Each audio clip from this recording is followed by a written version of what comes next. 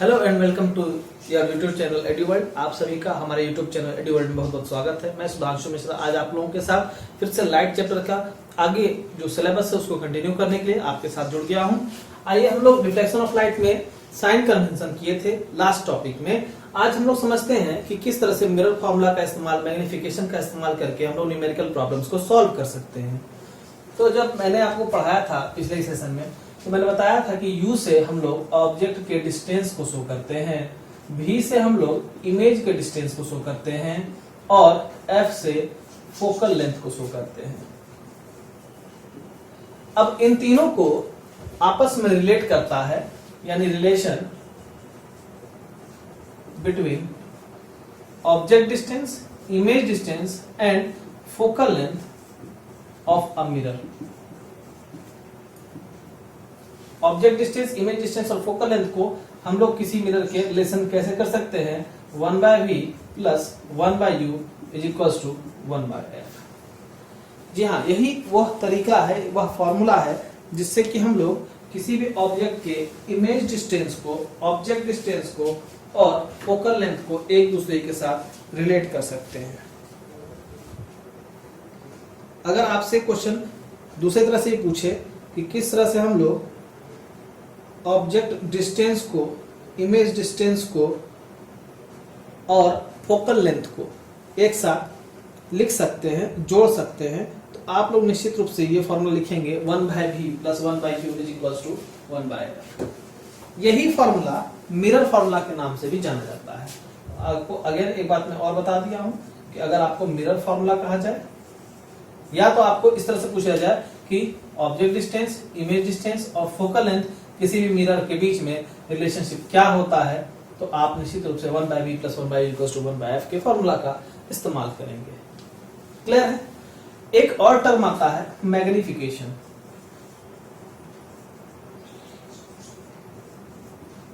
ये मैग्निफिकेशन क्या है? यह मैग्निफिकेशन है हाइट ऑफ इमेज और हाइट ऑफ ऑब्जेक्ट का रेशियो।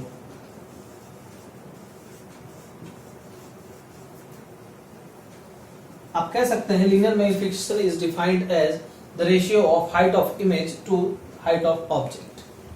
अगर आप कहें इसको डिस्टेंस के टर्म्स में, ऑब्जेक्ट डिस्टेंस के टर्म्स में, इमेज डिस्टेंस के टर्म्स में, तो वह भी कहा जा सकता है। तो वो हो जाएगा मैग्निफिकेशन या linear magnification can be defined as the ratio of negative of object distance, image distance upon object distance.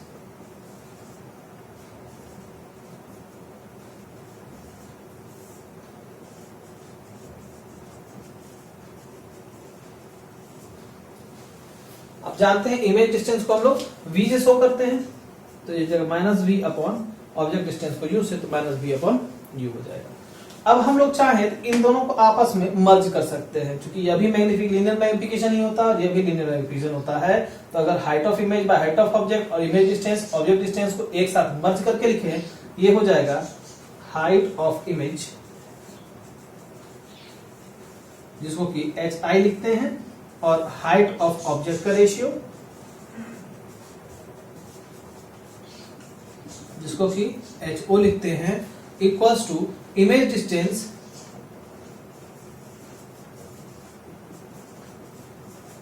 Minus लगा लेंगे अपॉन ऑब्जेक्ट डिस्टेंस।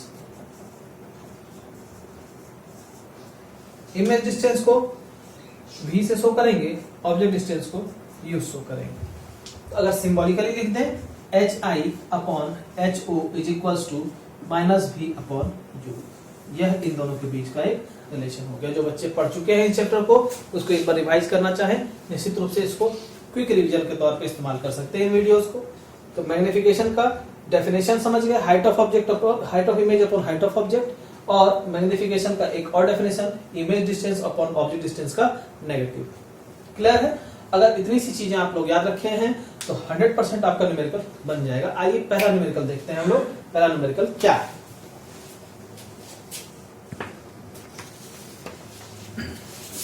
मैंने कुछ क्वेश्चंस बनाए हैं टेस्ट के लिए, तो अभी पहले आप लोगों को मैं कुछ क्वेश्चंस कराता हूं, फिर इसके पीडीएफ भी मैं अपलोड कर दूंगा।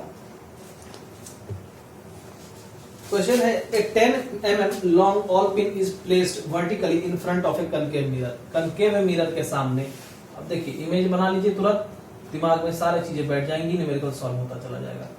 कहा जा रहा है कि कनकेव मिरर के सामने 10 मिलीमीटर लंबा, 10 मिलीमीटर लंबा यानी हाइट ऑफ ऑब्जेक्ट आपको दिया है 10 mm, है ना। All pin is placed vertically.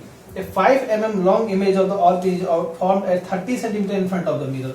Mirror से 30 सेंटीमीटर की दूरी पर, अब 30 सेंटीमीटर कितना है हम लोग नहीं कर सकते, एक जूम कर लेते हैं 30 सेंटीमीटर, यही है मान लेते हैं।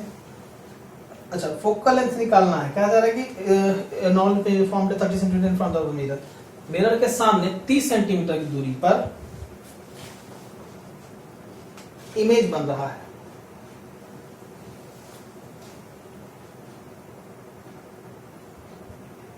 हाइट दिया हुआ है कितना, 5 मिलीमीटर, हाइट ऑफ इमेज है 5 मिलीमीटर।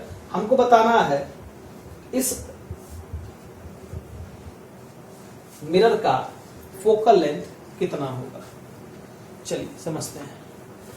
यहां अगर आप देखिए हाइट ऑफ ऑब्जेक्ट दिया है आपको, हाइट ऑफ इमेज दिया हुआ है और आपको दिया हुआ है इमेज डिस्टेंस। चलिए इसको लिख लेते हैं। Height of image 10 mm, height of object, I'm sorry, height of image 5 mm, height of object 10 mm। Clear है। डिस्टेंस कितना दिया हुआ आपको। अब मैंने इन्वर्टेड लिया है। आप कहेंगे सर इन्वर्टेड कैसे लिए हैं, ये तो आपको पहले कैसे पता चल गया। इन्वर्टेड मैंने यूं लिया है क्योंकि हम लोग जानते हैं सिर्फ एक ही केस होता है कनकेव मिरर में जिसमें कि इमेज वर्चुअल यूनिट बनता है, वो भी बिहाइंड द मिरर। तो वो सीन नहीं, क्योंकि कहा जा रहा है क्वेश्चन में कि front of the mirror image बन रहा है। फ्रंट का मतलब है यह बनेगा जब भी लेफ्ट हैंड साइड में इमेज बनेगा, जब लेफ्ट हैंड साइड में इमेज बनेगा तो वो जब भी बनेगा रियल इन्वर्टेड बनेगा। क्लियर है, इसमें कहीं कोई फंसना नहीं है।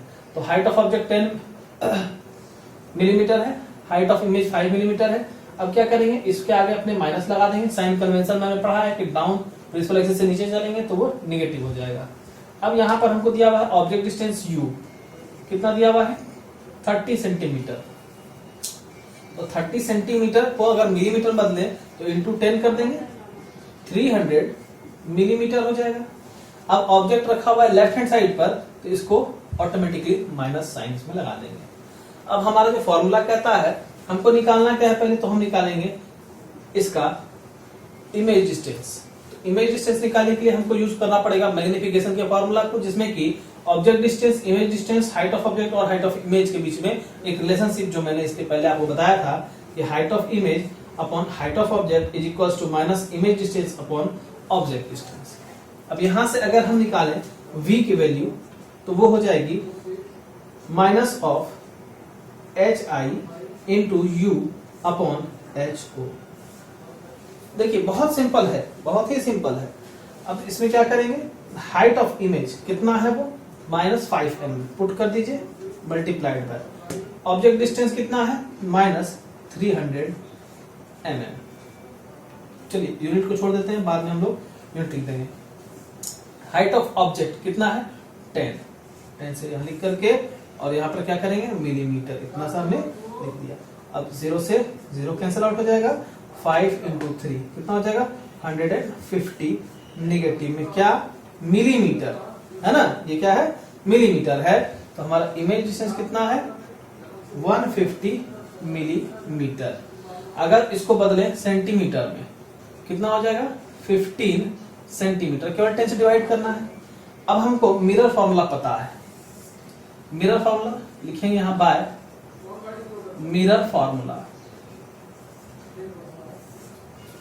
मिरर फॉर्मूला होता है 1/v plus 1/u is equal to 1/f। और हमको निकालना ही क्या है फोकल लेंथ, यानी f की वैल्यू निकालनी है। तो 1/f इज इक्वल टू लिखेंगे 1/v प्लस 1/u। पुट कर दीजिए वैल्यूज को। इमेज डिस्टेंस 15 सेंटीमीटर है, इसको तो नेगेटिव -150 है, मैंने यहाँ माइनस छोड़ दिया है, इसको आप लिख दीजिए माइनस, क्योंकि अगर ये माइनस छोड़ दिएगा तो गलत हो जाएगा। तो ये माइनस यहाँ तक आया है, इसको कैरी आउट भी करेगा आगे। तो ये हो जाएगा 1/v कितना है -15। देखिए आपको साइंस ही पता चलता जाएगा कि आपका सवाल सही हो रहा है, क्योंकि आपने इमेज डिस्टेंस निकाला नेगेटिव आ गया, नेगेटिव आना चाहिए था, नेगेटिव आ गया, तो आपका साइंस सही है, कन्वेंशन और तरीका भी आपका सही है, इससे भी पता चल जाता है। अपॉन 1/, ऑब्जेक्ट डिस्टेंस कितना है 30 सेंटीमीटर में ले रहे हैं, याद रखिएगा, और -30 इसको भी ले लेंगे। अब यहां से सॉल्व कर लीजिए, माइनस कॉमन ले लीजिए, 1/15 प्लस 1/30 एलसीएम लेके बना सकते हैं, क्रॉस मल्टीप्लिकेशन, कॉम्बिनेंडो, डिविडेंडो कुछ भी लगा लीजिए आप, आंसर आपका आ जाएगा। ये 30 हो जाएगा 2 + 1 और ये माइनस में, ये 1/f चल रहा है, ये 1/f बराबर हो जाएगा -3/30 1/10। यहां से अगर तो वैल्यू निकाले f की, वो हो जाएगा -10। तो अब देखिए फोकल लेंथ हमारा आ गया -10, ठीक है। लेफ्ट हैंड साइड में फोकस होगा तो नेगेटिव होना भी चाहिए, तो -10 क्या आया सेंटीमीटर, ठीक है। क्लियर है, कोई डाउट नहीं है। देखिए कितना आसान सवाल था, क्वेश्चन हमको सिर्फ इंटरप्रेट करना है क्वेश्चन को कि कहां पर क्या होगा, कौन सा डिस्टेंस पॉजिटिव, कौन सा डिस्टेंस नेगेटिव होगा, और बस उसको पुट करेंगे, देखेंगे क्या क्या हमको दिया हुआ डाटा और हमको क्या चाहिए। जो डाटा दिया हुआ है, जो चाहिए, उसके बीच का रिलेशनशिप ढूंढेंगे और उस रिलेशनशिप में उसको पुट करके एक वैल्यू निकाल के दूसरे को उसमें पुट कर देंगे, हमारा आंसर निश्चित रूप से आ जाएगा। तो ये करके मेरे का एक सवाल कंप्लीट हो गया हम लोगों का, कोई डाउट नहीं इसमें। एक आध सवाल और देख लेते हैं इसका।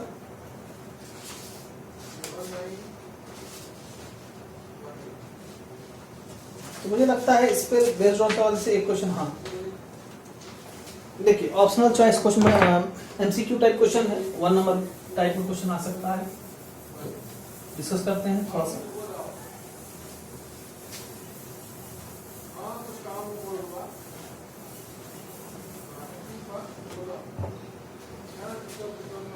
क्वेश्चन है, एक ऑब्जेक्ट को 100 mm in front of concave mirror रखा जाता है। कनकेव मिरर ले लीजिए,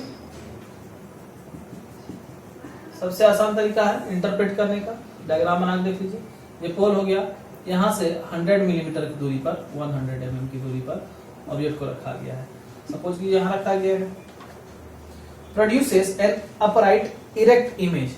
देखिए क्वेश्चन में ही आंसर छुपा हुआ है, अपराइट इमेज कैसे बनेगा, तो इसका मतलब है कि ऑब्जेक्ट जो होगा वो फोकस और पोल के बीच में रखा हुआ होगा, तो इसका upright image behind the mirror बनेगा, वर्चुअल इरेक्ट। क्लियर है।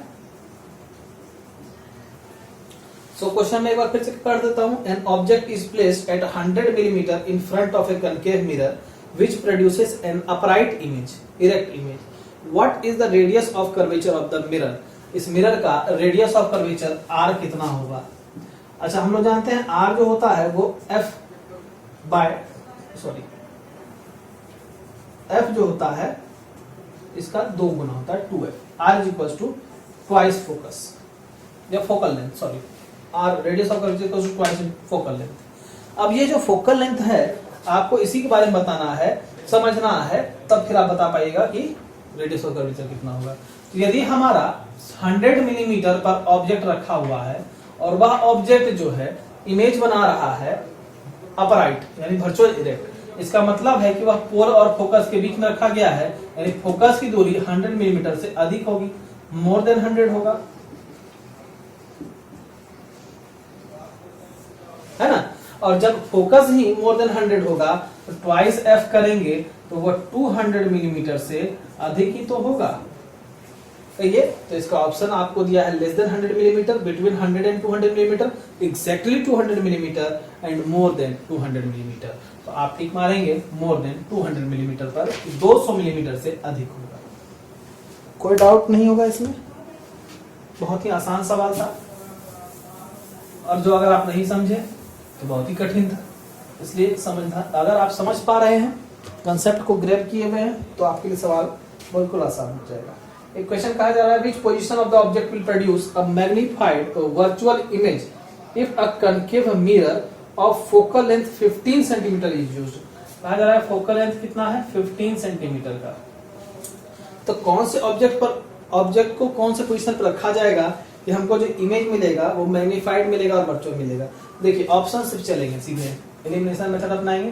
पहला जो है ऑप्शन हमारा वो कह रहा है कि 10 सेंटीमीटर रखेंगे, दूसरा ऑप्शन कह रहा है 20 cm पे रखेंगे, तीसरा ऑप्शन कह रहा है 30 cm पे रखेंगे, चौथा ऑप्शन कह रहा है 35 cm पे रखेंगे। अब आप समझिए इस बात को, ऑब्जेक्ट से हमको इमेज क्या चाहिए, इमेज चाहिए मैग्नीफाइड वर्चुअल, यानी वर्चुअल एंड इरेक्ट। और वर्चुअल इंटरैक्ट कब मिलेगा? मिरर कौन सा है इसको फिर से और पढ़ेंगे। मिरर हमारा है कनकेव मिरर। हम लोग जानते हैं कनकेव मिरर में जो वर्चुअल एंड इरेक्ट इमेज बनेगा वो तभी बनेगा जब ऑब्जेक्ट को रखा जाएगा पोल और फोकस के बीच में। तो अगर फोकस तो 15 सेंटीमीटर है तो पोल 0 पर होगा, तो 0 से 15 के बीच की ही कोई वैल्यू जो इनमें से होगी उसमें हम लोग टिक कर देंगे। तो फर्स्ट ऑप्शन 10 सेंटीमीटर हमारा सही हो जाएगा कि ऑब्जेक्ट अगर 10 सेंटीमीटर की दूरी रखी जाए तो हमारा जो इमेज बनेगा इस मिरर से, कनकेव मिरर से, वो वर्चुअल इरेक्ट बनेगा। आइए तीसरा पॉइंट समझते हैं, तीसरे क्वेश्चन को देखते हैं। क्वेश्चन बहुत आसान और बहुत कठिन दोनों है, समझने पर निर्भर करता है कि अगर आप समझ गए हैं तो आपके लिए आसान हो जाएगा, नहीं समझे हैं तो आपके लिए कठिन हो जाएगा। एक क्वेश्चन है कि magnification produced by a rear view mirror fitted in vehicles. Magnification आपको बताना है कि जो रियर व्यू मिरर्स होते हैं जो कि व्हीकल्स में लगते हैं, आपने पढ़ा होगा, मैंने पहले भी सेक्शन में बताया है कि कन्वेक्स मिरर जो होता है वो उसका इस्तेमाल किया जाता है रियर व्यू मिरर के रूप में। Convex mirror used in rear view mirror.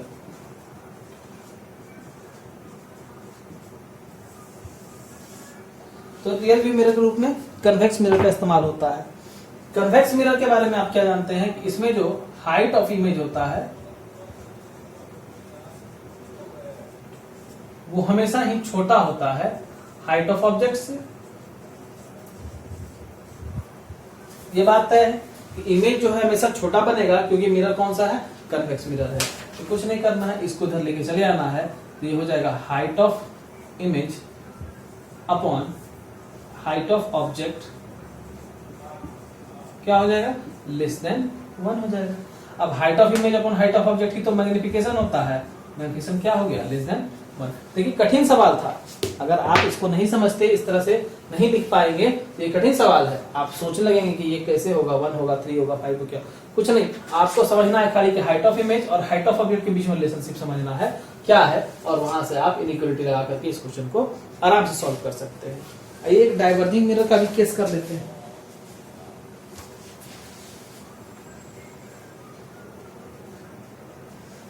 तो एक क्वेश्चन है जिसमें कि मिरर फॉर्मूला का इस्तेमाल होगा और थोड़ा सा मुझे लगता है इस तरह के क्वेश्चन को ये भी करा देना एक आध आवश्यक है। तो इस तरह के क्वेश्चन भी एक आध कर लें, ऐसा नहीं कि आसान आसान सवाल में आपको सब लग रहे हैं। तो देखिए क्वेश्चन है, concave mirror produces 3 times magnified image on a screen.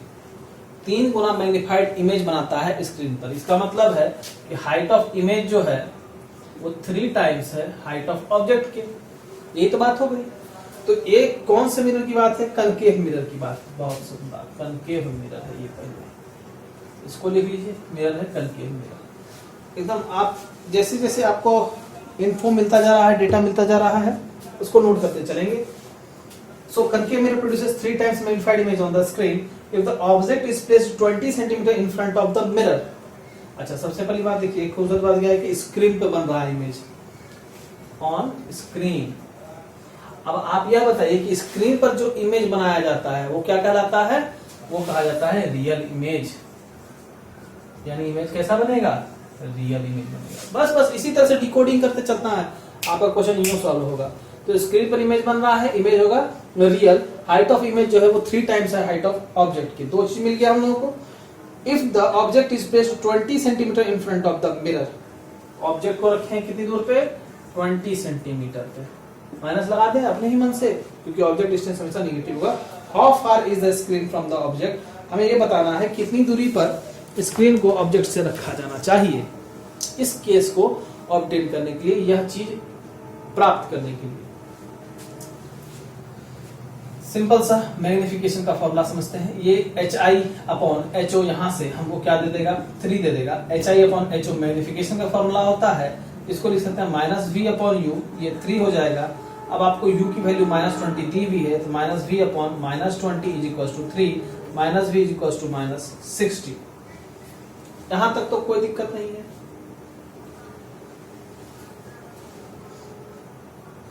यहां से V हो जाएगा आपका 60। अब देखिए, जब स्क्रीन पे इमेज बनेगा तो रियल बनेगा और उसके साथ क्या बनेगा, इन्वर्टेड बनेगा।